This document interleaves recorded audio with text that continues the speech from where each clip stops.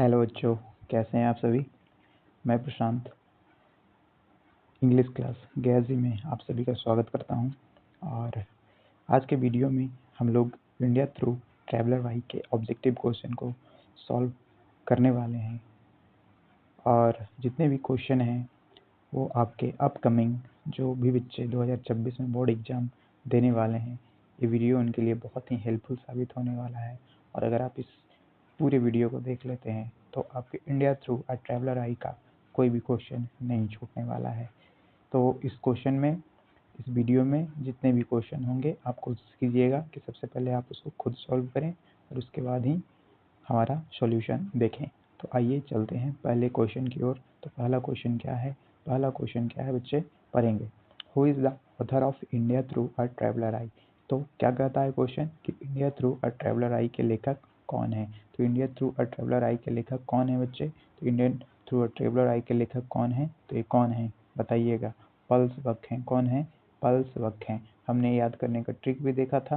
क्या देखा था ट्रिक? ट्रैवलर का मतलब क्या होता है? यात्री। क्या होता है बच्चे? यात्री।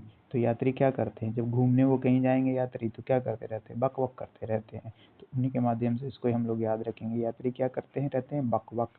तो इंडिया थ्रू ट्रैवलर आई के लेखक कौन हो जाएंगे? पल्स वक हो जाएंगे। कौन हो जाएंगे बच्चे? पल्स वक हो जाएंगे। ठीक है, अगला क्वेश्चन देखते हैं। दूसरा नंबर सवाल क्या कहता है? कहता है when was Pearl S Buck born. Pearl S Buck का जन्म कब हुआ था? तो कब हुआ था इनका जन्म? 1892 में हुआ था, 1892 में हुआ था। कब इनका जन्म हुआ था बच्चे?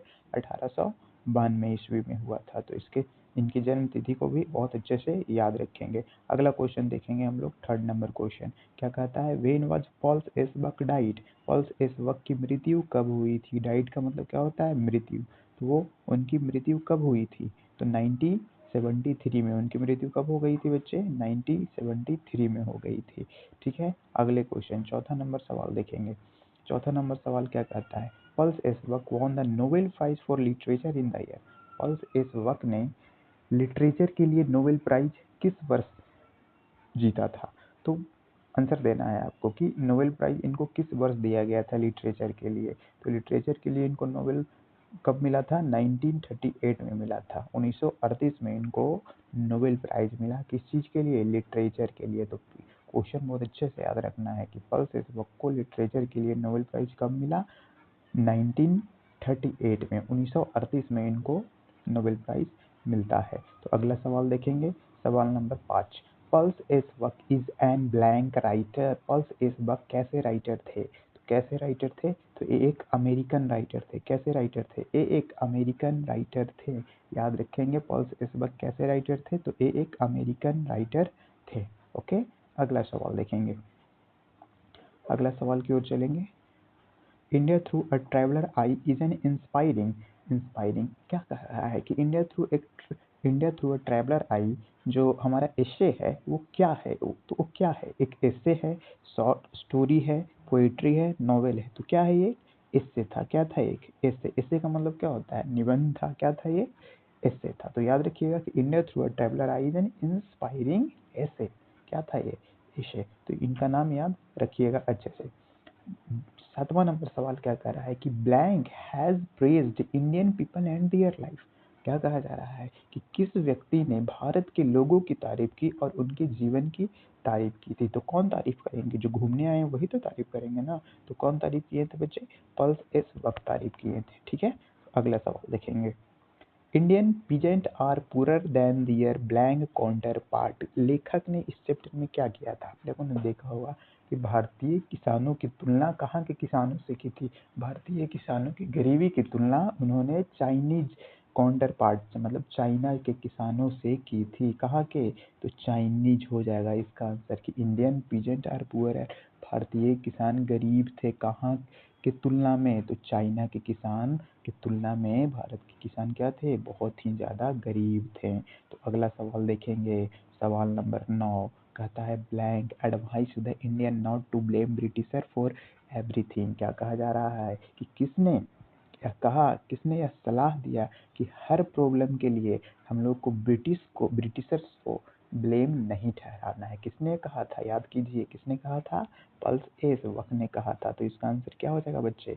पल्स इस वक्त हो जाएगा। तो क्या आंसर होगा? पल्स इस वक्त advice the Indian not to blame Britisher for everything, मतलब कि पल्स इस वक्त ने भारत के लोगों को सलाह दिया कि हर गलती के लिए हम लोग को ब्रिटिशर को जिम्मेदार नहीं ठहराना है। ठीक है, अगला सवाल देखेंगे। सवाल नंबर 10 छूट गया है, कोई नहीं, ये 11 नंबर सवाल है, देखेंगे। The land between Bombay and blank famous. तो हमने चैप्टर में देखा था कि कहाँ कहाँ के लैंड, किस जगह के लैंड जो था ना फेमिस अवस्था। फेमिस का मतलब क्या होता है? सुखार अवस्था, मतलब वो ऐसा लैंड जो कृषि योग्य नहीं था। ठीक है, तो कहाँ कहाँ का लैंड जो था, तो बॉम्बे एंड चेन्नई के बीच का जो लैंड था वो क्या था? फेमिस्ट स्टेट में चला गया था। कौन से स्टेट में चला गया था? फेमिस्ट स्टेट में। तो आंसर याद रखिएगा इसका ऐसे कि the land between Bombay and Madras famous. तो बॉम्बे एंड मद्रास के बीच का जो लैंड था क्या था? वो फेमिस्ट था। ठीक है, अगले सवाल की ओर चलेंगे। क्या कह रहा है? 11 नंबर सवाल देखेंगे। The people of blank must be recognised as belonging to the Caucasian race. कहता है कि कहाँ के लोगों को कॉकेशियन रेस का बताया गया है। कॉकेशियन रेस समझते हैं? कॉकेशियन रेस एक प्रकार का रेस होता है। ठीक है, रेस मतलब ये दौड़ने वाला रेस का नहीं, ये एक प्रकार का समझ लीजिए जैसे जाति होता है ना, तो उसी प्रकार से एक रेस होता है। ठीक है, तो इंडिया के लोग कहाँ किस रेस से बिलोंग करते थे? तो कहेगा आंसर, तो इसका आंसर क्या दीजिएगा बच्चे? इंडिया दीजिएगा कि the people of India must be recognised as belonging to the Caucasian race. कहाँ के? तो इंडिया के लोग किस रेस से बिलोंग करते थे बच्चे? तो कॉकेशियन रेस से बिलोंग करते थे। किस रेस से बिलोंग करते थे? Caucasian race, CAUCASIAN, Caucasian race से बिलोंग करते थे। तो अच्छे से इसको ध्यान रखिएगा। अगला सवाल देखते हैं। अगला सवाल क्या कहता है? कहता क्या है कि the life span in India was only. India के लोगों का लाइफ औसत आयु कितना था उस जमाने में? जिस जमाने में चैप्टर लिखा गया था, उस जमाने में इंडिया के लोगों की औसत आयु का मतलब क्या होता है? मतलब एक व्यक्ति अपने जीवन में कितना साल जीता था उस समय। तो एक व्यक्ति एवरेज औसत कितना साल जीता था उस समय? तो एवरेज उस समय कितना तक जीता था बच्चे? उस समय एवरेज 27 साल तक जीता था। कितना साल तक? 27 साल तक, 27 ईयर्स। तो अच्छे से याद रखिएगा कि the life span in India was only 27 years. Okay, next सवाल की ओर चलते हैं। चलिए देखिएगा। I was called to kill a dangerous. क्या कह रहा है कि मुझे बुलाया गया था क्या मारने के लिए? क्या मारने के लिए लेखक को बुलाया गया था जी? तो स्नेक मारने के लिए। क्या मारने के लिए? स्नेक मारने के लिए। चलिए ठीक है, अगला देखते हैं कि फ्रॉम बेबीहुड कह रहा है। फ्रॉम बेबीहुड, बेबीहुड मतलब बचपन से ही the Indian blank taught to use right hand for. तो द इंडियन ब्लैंक मतलब किनको? इंडिया के किन लोगों को राइट हैंड का यूज सर्विस, क्लीन सर्विस करने के लिए, मतलब कोई भी साफ सफाई करना है तो हम लोग किस हाथ से करते हैं? राइट हैंड से करते हैं। तो इंडिया के किन लोगों को? तो इंडिया के बच्चों को। तो क्या आंसर होगा इसका? Children. From babyhood the Indian children taught to use right hand for clean service. ठीक है, तो भारत के बच्चों को बचपन से ही क्लीन सर्विस, क्लीनिंग करने के लिए कौन सा हाथ सिखाया जाता है? तो वो कौन सा हाथ? लेफ्ट हैंड का यूज, सॉरी, राइट हैंड का यूज सिखाया जाता है। किस चीज़ के लिए? सर्विस क्लीन, मतलब किसी भी चीज़ की सफाई करनी है तो हम लोग राइट हैंड से करते हैं। भारत में आप देखते होंगे कि एवरेज जनरली, मतलब हम लोग अधिकतर काम क्या करते हैं? राइट हैंड से करते ही हैं। तो क्यों करते हैं? इसलिए करते हैं क्योंकि हम लोग को बचपन से ही चीज़ सिखाया गया है।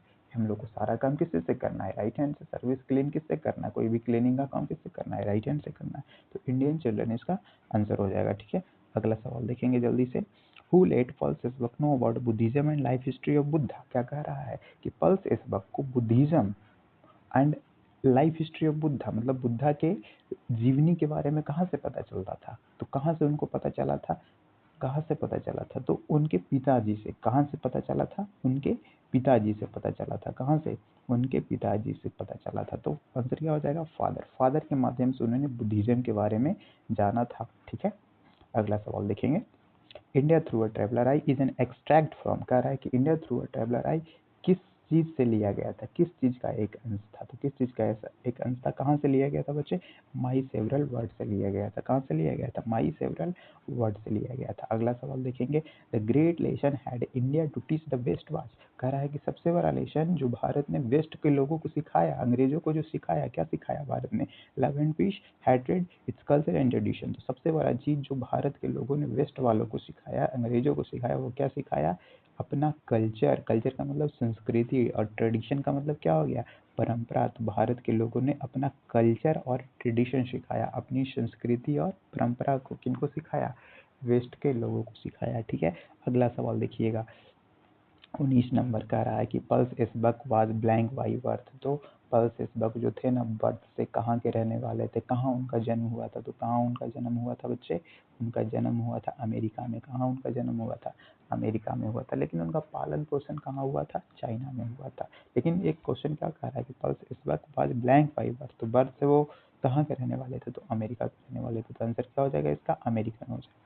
तो अगला सवाल देखिएगा, the God earth a novel on China. कह रहा है कि एक नोवेल लिखे थे, गॉड अर्थ एक नोवेल है जो चाइना पे लिखा गया, वो किसने लिखा है, तो किसने लिखा है, पल्स एस बक ने लिखा है। किसने लिखा है, पल्स एस बक ने लिखा है। सवाल नंबर अगला अगला सवाल देखेंगे, Pearl S Buck visited India to. कह रहा है कि Pearl S Buck visited, visited का मतलब क्या होता है, कहीं जाना, कहीं घूमने जाना। तो पल्स एस बक क्यों इंडिया विजिट किए थे, किस लिए विजिट किए थे, सी राजमहल, राजमहल आए थे घूमने, जी नहीं, क्या करने आए थे, meet intellectual and peasant. Intellectual का मतलब क्या होता है, विद्वान, और पीजेंट का मतलब होता है किसान। तो भारत के विद्वानों और किसानों से पल्स एस बक मिलने आए थे। ठीक है, क्या करने आए थे, मीट इंटेलेक्चुअल एंड पीजेंट से मिलने आए थे। ठीक है, अगला सवाल देखिएगा, Kashmir was invaded by. Kashmir को किसने इन्वाइट कर लिया था, मतलब किसने आक्रमण करके कब्जा कर लिया था, तो वाइट बेरवेरियन इन्वाइडर ने, गोरे क्रूर शासकों ने भारत कश्मीर को क्या कर लिया था, अपना गुलाम बना लिया था, उन पे कब्जा कर लिया था, उन पे आक्रमण करके वहाँ पे अपना शासन स्थापित कर लिया था। तो the Kashmir was invaded by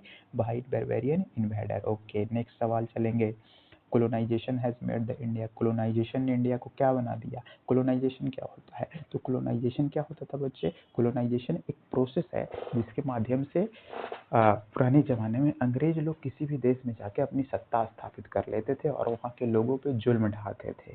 तो कोलोनाइजेशन क्या होता है, सिंपल भाषा में समझिए कि एक प्रोसेस होता था जिसके माध्यम से अंग्रेज किसी देश को क्या कर लेते थे, अपना गुलाम बना लेते थे। तो colonization had made the India का क्वेश्चन क्या कहता है कि तो कोलोनाइजेशन ने इंडिया को क्या बना दिया, क्या बना दिया, क्या बनाया होगा, इनोवेटेड एंड एग्जॉस्टेड बना दिया। इनोवेटेड एंड एग्जॉस्टेड का मतलब है एकदम थकाऊ बना दिया। क्या बना दिया, भारत के लोगों को एकदम, जैसे आप किसी के गुलाम बन जाएंगे तो आप उसी के अकॉर्डिंग सारा काम करेंगे। तो कोलोनाइजेशन ने इंडिया को क्या बना दिया, एकदम थकाऊ बना दिया, इनोवेटेड एंड एग्जॉस्टेड बना दिया।